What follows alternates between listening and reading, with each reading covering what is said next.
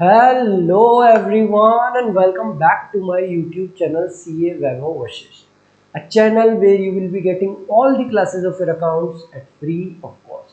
And not just free of cost, we will be learning all the concepts of your accounts with fun, with examples of some big celebrities and real life scenarios ताकि आपको किसी भी चीज़ को रटना ना पड़े और आपको अकाउंट्स का हर एक कंसेप्ट भी अच्छे से समझ में आ जाए। सो स्टूडेंट्स, आज की क्लास में हम देखने वाले हैं कैरिएज का treatment when you purchase machinery as well as when you purchase goods. Carriage का ट्रीटमेंट दोनों में अलग अलग होता है और ये कैरिएज तो केवल आपका ध्यान खींचने के लिए था। आज की क्लास में असल में हम देखने वाले हैं कि जब भी आप मशीनरी परचेज करते हो तो मशीनरी परचेज के साथ में और भी कई खर्चे होते हैं। उसके इंस्टॉलेशन का खर्चा, उसको लाने का खर्चा, तो उसका कंसेप्ट और उसकी जर्नल एंट्री क्या हो। अगर आप खुद की बिल्डिंग बनाते हो, आप बिल्डिंग परचेज भी कर सकते हो, या आप खुद का घर जैसे बनाते हो वैसे आप बिल्डिंग बना भी सकते हो। मटेरियल सीमेंट ईंट वगैरह लाके आप बिल्डिंग बनाते हो, तो उसका कंसेप्ट और उसकी जर्नल एंट्री क्या है। तो सबसे पहले तो आप ये समझ लो कि कैरिएज क्या होता है। आप में से कई बच्चों को तो यही डाउट होगा कि सर ये कैरिएज क्या चीज़ है। तो बेटा कैरिएज वही होता है कि भैया यहाँ से वहाँ जाने का कितना रुपया लगेगा। बोले मैम 100 रुपये। तो जब भी आप गुड्स खरीदते हो, कोई चीज़ खरीदते हो, तो आपको कुछ ऐसे ट्रक में, ट्रॉली में उसको एक जगह से अपने ऑफिस तक, अपने फैक्ट्री तक लेके जाना होगा और इसी को हम कहते हैं कैरिएज। ये बिजनेस का कैरिएज, बिजनेस का एक तरीके का खर्चा है कैरिएज। हमारे गुड्स को, मशीन को जहां से हमने खरीदा है वहां से दूसरी जगह लेके जाने का। अब कैरिएज का ट्रीटमेंट अलग अलग होता है। जब आप गुड्स खरीदते हो तब अलग, और जब आप मशीन खरीदते हो तब अलग। सर अलग कैसे? अगर आप लोग गुड्स खरीदते हो, गुड्स क्या होता है वो मैंने आपको पहले वाली सेकंड या थर्ड क्लास में समझा दिया था। सर आपने बहुत अच्छे से बताया था। जिस चीज में हम डील करते हैं, जैसे हमारा फर्नीचर का बिजनेस है, तो अगर हम फर्नीचर खरीद के बेचते हैं, फर्नीचर खरीदते हैं, लकड़ी खरीदते हैं, वो हमारे गुड्स होते हैं। तो अगर आप गुड्स को खरीदते हो और उसमें आपको कैरिएज पे करना होता है, तो वो अलग से अकाउंट बनेगा, उसका सेपरेटली आप एंट्री करोगे। परचेजेस अकाउंट डेबिट, 1000 रुपए के आपने गुड्स खरीदे और आपने इस ट्रॉली वाले को 100 रुपए दिए, तो आप एंट्री करोगे परचेजेस अकाउंट डेबिट 1000 और कैरिएज इनवर्ड अकाउंट डेबिट 100। जो आपने ट्रैक्टर ट्रॉली वाले को 100 रुपए दिए इसको लेके आने के लिए गुड्स को, उसके लिए आप अलग से अकाउंट बनाओगे। वेयरएज अगर इस ट्रक में आप अपनी मशीनरी लेके आते, जो आपने मशीनरी अपने बिजनेस के लिए परचेज करी है, जो मशीन आपका असेट है, अगर आप मशीन को लेके आते इसमें, तो आप एंट्री करते मशीन अकाउंट डेबिट पूरे 1100 रुपए से। कैरिएज को आप इसी में जोड़ देते, मशीन की वैल्यू में ही हम इस खर्चे को, उसको लेके आने वाले खर्चे को भी हम जोड़ देते। तब हम एंट्री करते मशीनरी अकाउंट डेबिट 1100 रुपए से टू कैश अकाउंट 1100। वेयरएज अगर हम गुड्स परचेज करेंगे तो कैरिएज इनवर्ड अलग से लिखा जाएगा। मशीनरी में हम मशीन की वैल्यू में इंक्लूड कर देते उसको लेके आने के खर्चे को भी। और केवल कैरिएज इनवर्ड ही नहीं बेटा, जब भी आप मशीनरी पे कोई खर्चा करते हो, मशीन को लेके आते हो, कैरिएज, ट्रांजिट, जो भी कैरिएज का, ट्रांजिट का खर्चा लगता है, उसको लाने के बाद में आप उसको इंस्टॉल करते हो कि ये मेरी ये फैक्ट्री की ये वाली जो जगह है, यहाँ पे इस मशीनरी को लगा दो। उसको लगाने का खर्चा, कोई इंजीनियर आएगा, कोई वर्कर आएगा, वो उसको कसेगा, उसको पैसे देना कि भाई ये तू लगाया है, तूने इसको यहाँ पे इरेक्ट करा है, यहाँ पे इंस्टॉल करा है, ले तेरे वेजेस, उस वर्कर के वेजेस, उस इंजीनियर के वेजेस, सारे के सारे हम मशीनरी अकाउंट में डाल देंगे। अलग से कोई अकाउंट नहीं बनाएंगे, कोई ट्रांजिट का, कोई कैरिएज का, कोई इंस्टॉलेशन का, उस वर्कर के वेजेस सबको हम एक ही अकाउंट मशीनरी में ही डाल देंगे। Any expenditure incurred on the carriage and installation of machinery such as freight, transit expenses, installation expenses, कि यहाँ पे हमारी मशीन को रखो, उसमें जो खर्चा हुआ नट बोल्ट का, लगाने करने का, कोई आपने क्या बोलते हैं उसको जेसीबी मंगवाई खुदवा के उस मशीन को लगाने के लिए, वो सारे के सारे खर्चे हम मशीन अकाउंट में डाल देंगे, मशीन की वैल्यू बढ़ा देंगे। वेजेस पेड फॉर इंस्टॉलेशन, जो हमने उस वर्कर को वेजेस दिए कि लो 500 रुपए नट बोल्ट कसो, is treated as capital expenditure and debited to machinery account. तो सारे के सारे हम कैपिटल एक्सपेंडिचर मानते हैं और हम उसको डेबिट करते हैं मशीनरी अकाउंट में। वेयरएज अगर आप गुड्स खरीदते और उसमें आपको वो जो ट्रक आ रहा है, वो जो कैरियज लग रहा है, उसको हम कैपिटल एक्सपेंडिचर नहीं मानते, उसको हम रेवेन्यू एक्सपेंडिचर ही मानते और उसको हम अलग से कैरियज इनवर्ड अकाउंट डेबिट करते और ये कैरियज इनवर्ड जाता हमारे P&L अकाउंट में खर्चे की तरह। वेयरएज अगर हम मशीनरी खरीद रहे हैं तो ये लाने ले जाने के, उसको इंस्टॉल करने के, वर्कर को वेजेस उसको इंस्टॉल करने के सारे खर्चे को हम कैपिटल एक्सपेंडिचर ट्रीट करेंगे और उसको डेबिट कर देंगे मशीनरी अकाउंट में। मशीनरी की वैल्यू बढ़ जाएगी, मशीन की वैल्यू होगी 1 लाख और लाने ले जाने के 1000 2000 जो भी लग रहे हैं उन सबको हम जोड़ के मशीनरी की वैल्यू कर देंगे 1 लाख 2000 3000 जितनी भी है। केवल मशीन ही नहीं बेटा, अगर आप खुद की बिल्डिंग बनाते हो, आप अपने ऑफिस की नई बिल्डिंग बनाते हो, आप सीमेंट मंगवाते हो, कुछ मजदूरों को मंगवाते हो और उनको वेजेस देते हो, बेलदार को 400 रुपए और क्या बोलते हैं कारीगर को 600 रुपए। अपने हो सकता है चेंज हो गई हो, हमारे यहाँ भी अपने सिटी की भी जो आपकी बेलदार और कारीगर की रेट है वो पूछना अपने पापा से या किसी से जो घर बनवा रखे हो, पूछ के कमेंट करके बताना कि क्या रेट चल रही है। तो आप जो बेलदार कारीगर को जो अपने बिल्डिंग बनाने के लिए पैसा देते हो, जो अंबुजा सीमेंट लेके आते हो, जो सरिये लेके आते हो, जो ईंटें लेके आते हो, वो सारी की सारी आप जोड़ दोगे और वो हो जाएगा आपका बिल्डिंग अकाउंट में debit. Similarly any expenditure for construction of a building such as purchase of material, payment of wages, बेलदार और कारीगर को दिया हुआ पैसा are also treated as capital expenditure and debited to building account. I hope आपको concept समझ में आया होगा कि जब भी हम मशीनरी बिल्डिंग को बनाते हैं या मशीनरी को लेके आते हैं, उसको इंस्टॉल करते हैं, तो उसको लाने ले जाने का सारे खर्चे को हम कैपिटल एक्सपेंडिचर मानेंगे और उसको डेबिट कर देंगे मशीन अकाउंट और बिल्डिंग अकाउंट में। वेयरएज अगर हम गुड्स लेके आएंगे तो अलग से कैरियज इनवर्ड अकाउंट बनता है क्योंकि हम उस कैरियज इनवर्ड को रेवेन्यू एक्सपेंडिचर मानेंगे। आई होप आपको ये कंसेप्ट समझ में आया होगा। एक चीज और ध्यान देना, ये जो मैंने आपको पूरी रामायण बताई ये केवल और केवल तभी है अगर हम नई बिल्डिंग बना रहे हैं, अगर हम नई मशीनरी परचेज कर रहे हैं।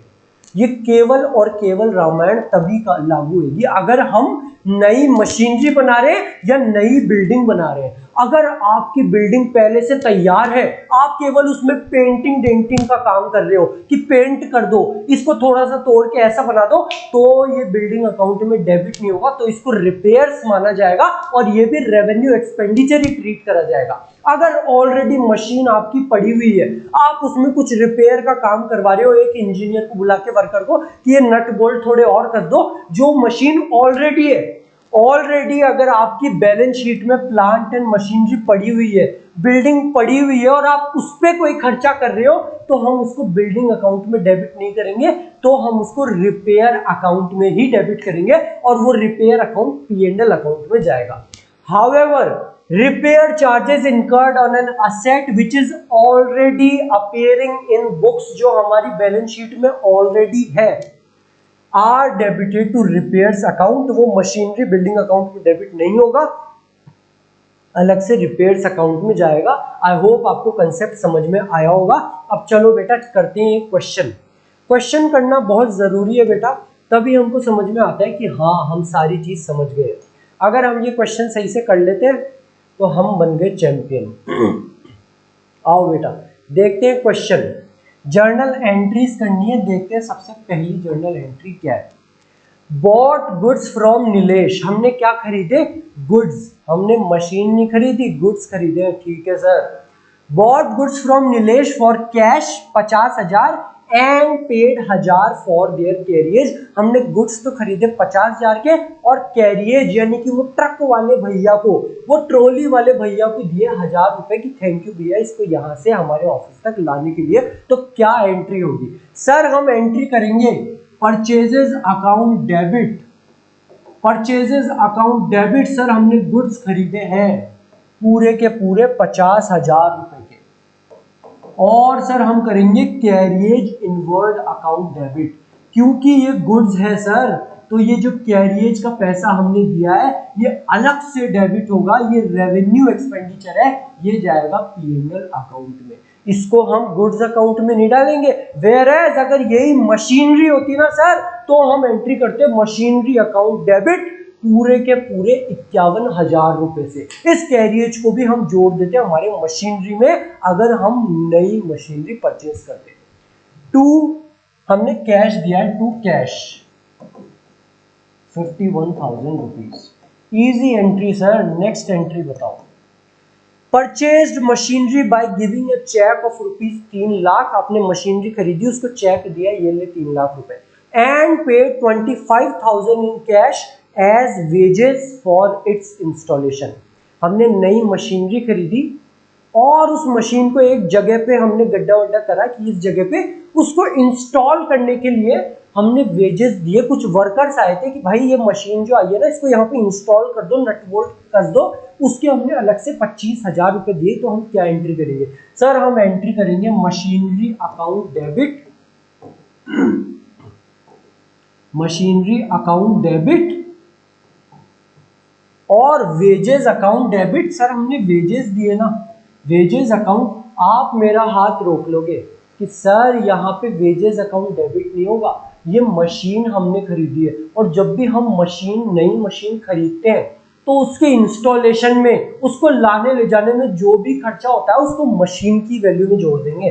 सर हटाओ इस वेजेस अकाउंट को और पूरे के पूरे खर्चे को डेबिट कर दो मशीनरी में। 3 लाख की मशीन और जो भी उसकी इंस्टॉलेशन पे खर्चा हुआ सारा का सारा जाएगा 3,25,000 हमारे मशीनरी में। कैसे पेमेंट करा बेटा? हमने चेक से पेमेंट करा 3 लाख रुपए का और हमने कैश, हमारी जेब से कैश निकाल के दिए उनको 25,000 रुपए। Next entry sir. आपको क्या लगता है हम गलती करेंगे आपके इतना कंसेप्ट समझाने के बाद भी, जो आप गलत गलत लिख देते हो कि हाँ ये तो मान ही जाएंगे। Third, purchased an old machinery for 1 lakh rupees. आपने एक पुरानी मशीनरी खरीदी and spend 5,000 on its carriage and 20,000 on its immediate repairs. Entire payment made by cheque. आपने सारा का सारा पेमेंट चेक से करा, यानी कि टू बैंक अकाउंट आएगा, ये तो क्लियर। अब हमने बेटा पुरानी मशीनरी खरीदी है 1 लाख रुपए की। चलो और एक बार मैं एंट्री करता हूं, आप लोग मुझे बताना कि मैं सही कर रहा हूं क्या। मशीनरी अकाउंट डेबिट, ठीक है, मशीनरी अकाउंट डेबिट 1 लाख रुपए और क्या है, कैरियज अकाउंट डेबिट कर देता हूं। कैरियज अकाउंट डेबिट कितने से? 20,000 रुपए से। 20,000 रुपए से कैरियज अकाउंट डेबिट कर देता हूं। और इमीडिएट रिपेयर्स। अब आप मेरा हाथ रोक लोगे, कि रुको सर, इमीडिएट रिपेयर्स कितने के? 20,000 की है, 5,000 का। रुको सर हमने है ना, ये अगर गुड्स होते तो ये अलग से कैरियज और रिपेयर अलग से डेबिट होता। सर हमने मशीनरी खरीदी है, इसमें इस मशीनरी में ऐड करो इन खर्चों को। तो मैं आपको बोलूंगा कि अरे ये तो पुरानी मशीनरी है, हमने पुरानी मशीनरी खरीदी है। अच्छा सर पुरानी मशीनरी है क्या? तब तो इसको अलग से लिख दो। तो ध्यान देना बेटा, आपने पुरानी मशीन खरीदी होगी, मशीन जो आपने खरीदी वो पुरानी है, लेकिन आपके बिजनेस के लिए तो वो नई है। मैंने जो आप लोगों को बात बोली थी कि ये रिपेयर्स अकाउंट अलग से डेबिट होगा, वो उनके लिए थी जो ऑलरेडी हमारी बैलेंस शीट में है। मैंने ऐसे नहीं बोला था कि पुरानी मशीन हो या पुरानी बिल्डिंग हो, वो बिल्डिंग वो मशीन जो ऑलरेडी हमारी बैलेंस शीट में, यानी कि हमारे बिजनेस के लिए पुरानी है। यार मैं नई मशीन नए शोरूम से भी जाके खरीद सकता हूँ या किसी से सेकंड हैंड भी खरीद सकता हूँ। खरीद में नहीं रहा हूं, अब वो हमारे बिजनेस में आ रही है। तो यहाँ पे कंफ्यूज मत हो जाना परचेज एन ओल्ड मशीनरी पढ़ के। आप पुरानी मशीन खरीद रहे हो लेकिन आपके बिजनेस में तो वो अभी आ रही है, क्या वो पहले से आपकी बैलेंस शीट में पड़ी हुई है? तो यहाँ पे भी हम पूरा का पूरा कैरियज रिपेयर सारा का सारा मशीनरी अकाउंट में ही डालेंगे। हम सारा का सारा खर्चा इस मशीनरी अकाउंट में ही डालेंगे। कंफ्यूज मत हो जाना कि हमने पुरानी मशीन खरीदी है। आप चाहे पुरानी मशीन खरीदो चाहे नई मशीन खरीदो, बिजनेस में तो वो मशीन अभी आई है, बस आपने पुरानी सेकेंड हैंड मशीन खरीद ली, बस इतनी सी बात है। लेकिन बिजनेस में तो वो अभी आई है। अगर ये मशीन ऑलरेडी हमारी बैलेंस शीट में होती, ऑलरेडी हमारे बिजनेस में होती और मैं इस पर रिपेयर करता, तो वो अलग से रिपेयर अकाउंट में जाता। क्योंकि ये मैं मशीन नहीं खरीद रहा हूँ, मैं सेकेंड हैंड खरीद रहा हूं, पर बिजनेस के लिए नहीं है, तो पूरा का पूरा खर्चा मशीनरी अकाउंट में जाएगा। 1,00,000 प्लस 20,000 प्लस 5,000, 1,25,000 रुपए पेमेंट मैंने करा बेटा कैश से टू बैंक अकाउंट, 1,25,000 रुपए। ठीक है सर, याद रखेंगे ये वाले पॉइंट को, थर्ड वाली एंट्री को। ओल्ड मशीनरी पढ़ के घबराना नहीं है, गलती नहीं करके आनी। Paid ₹2500 for repairing of machinery. आपने मशीनरी की रिपेयरिंग के लिए 2500 रुपए का पेमेंट करा। ये वो मशीनरी है जो ऑलरेडी आपके बैलेंस शीट में है, तो ये रिपेयर का खर्चा आपके मशीनरी में ऐड नहीं होगा, ये जाएगा रिपेयर्स अकाउंट में। इस रिपेयर के खर्चे को हम रेवेन्यू एक्सपेंडिचर ही मानेंगे, और ये रेवेन्यू एक्सपेंडिचर जाएगा अलग से रिपेयर्स अकाउंट में and later on to the P&L account. हम एंट्री करेंगे रिपेयर्स अकाउंट डेबिट। केवल और केवल अगर फर्स्ट टाइम बिजनेस में मशीनरी आ रही है, नई मशीनरी आ रही है, चाहे से वो फर्स्ट हैंड हो चाहे से वो सेकेंड हैंड हो, तभी वो जाएगा मशीनरी अकाउंट में। टू बैंक अकाउंट, या हमने कैसे पेमेंट करा, मान लो बैंक से हमने पेमेंट करा, टू बैंक या कैश लिख लेना आप, 2500। ठीक है, next fifth entry, bricks for 15 lakh, 15 lakh रुपए की ईंट। टिम्बर ऑफ 10 लाख, 10 लाख पता नहीं, ये टिम्बर पता नहीं क्या होता है, बट कुछ सीमेंट वगैरह कुछ ऐसी कोई चीज होगी, या डामर कुछ होता होगा ऐसा टिम्बर। इंग्लिश बहुत वीक है आपके सर की, बट हाँ ये समझ में आ गया है कि हम एक बिल्डिंग बना रहे हैं, उसी के लिए ईंट सीमेंट वगैरह ये सारी चीजें हम खरीद रहे हैं। Bricks for 15 lakh, timber 10 lakh का, purchase for construction of building, payment made by cheque. हमने ये सारी चीजें खरीदी, तो हम एंट्री ये नहीं करेंगे bricks account debit, timber account debit. अरे तुम कर क्या रहे हो, तुम बिल्डिंग बना रहे हो, तो पूरा का पूरा खर्चा ट्रीट करो कैपिटल एक्सपेंडिचर और डाल दो बिल्डिंग अकाउंट में। Building account debit to bank account. कितने का खर्चा करा आपने, करा बेटा 25 लाख रुपए का खर्चा, 25 lakh rupees. Building account debit to bank account